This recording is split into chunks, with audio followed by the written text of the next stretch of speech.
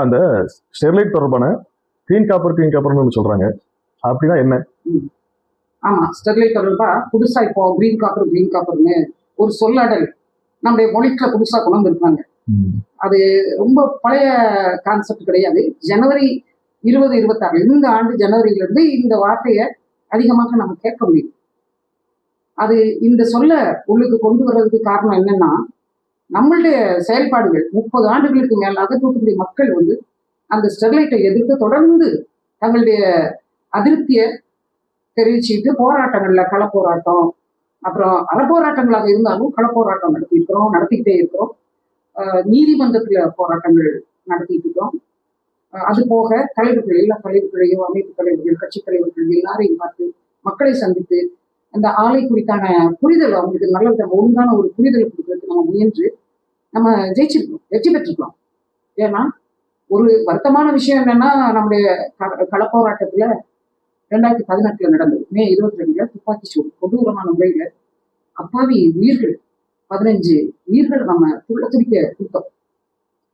அதே சமயம் ஆரம்பம் தொட்டு சட்ட போராட்டங்களும் நடந்துட்டு தான் இருக்கு. நீதிமன்றத்திற்கு பலரும் போய்தான் இருக்காங்க. நம்மளும் ஸ்டெர்லைட் எதிர்ப்பு மக்கள் இயக்கமும் தொடர்ந்து நீதிமன்றத்திலையும் நம்முடைய கரிசனங்களை முன் வச்சுக்கிட்டே தான் இருக்கிறோம். இவ்வளவு தூரம் வந்தும் உச்ச நீதிமன்றம் கடைசியா 2024 பிப்ரவரி 29 அது மறக்காது. அது ஒரு இழிப்பியல். 29 பிப்ரவரி 29 ஒரு அருமையான ஒரு தீர்ப்பு நீதிபதி சந்திரசூட் அவர்கள் கொடுத்தாங்க.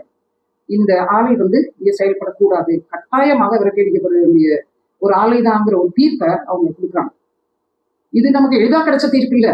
அதுக்கு முன்னால நம்ம பல தீர்ப்புகளை பார்த்துக்கிறோம். இந்த துப்பாக்கி சூடுக்கு பிறகு ஆகஸ்ட் 18, 2020 உயர் நீதிமன்ற தீர்ப்பு, நீதியரசர் சிவஞானமும் நீதியரசர் பவானி சுப்பராயன் இவங்க 2 பேரும் இணைந்து கொடுத்த தீர்ப்பு வந்து நம்ம தூத்துக்குடி நகர மக்கள் வந்து, மாநகர மக்கள் வந்து மறக்கவே கூடாது, நன்றியோடு இருக்கணும். நம்மளுடைய கரிசனங்கள் அத்தனையும் கவனத்துல வந்து அத்தனை ஆதாரங்களையும் நம்மகிட்ட வாங்கி படிச்சு 815 பக்க ஒரு தீர்ப்பு தந்தாங்க.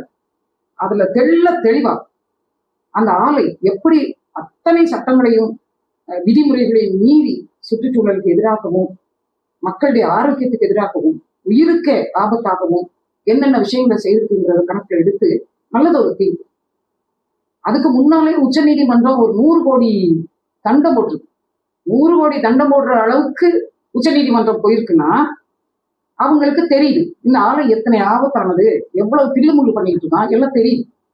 அதையும் தாண்டி காப்பர் நமக்கு தேவை.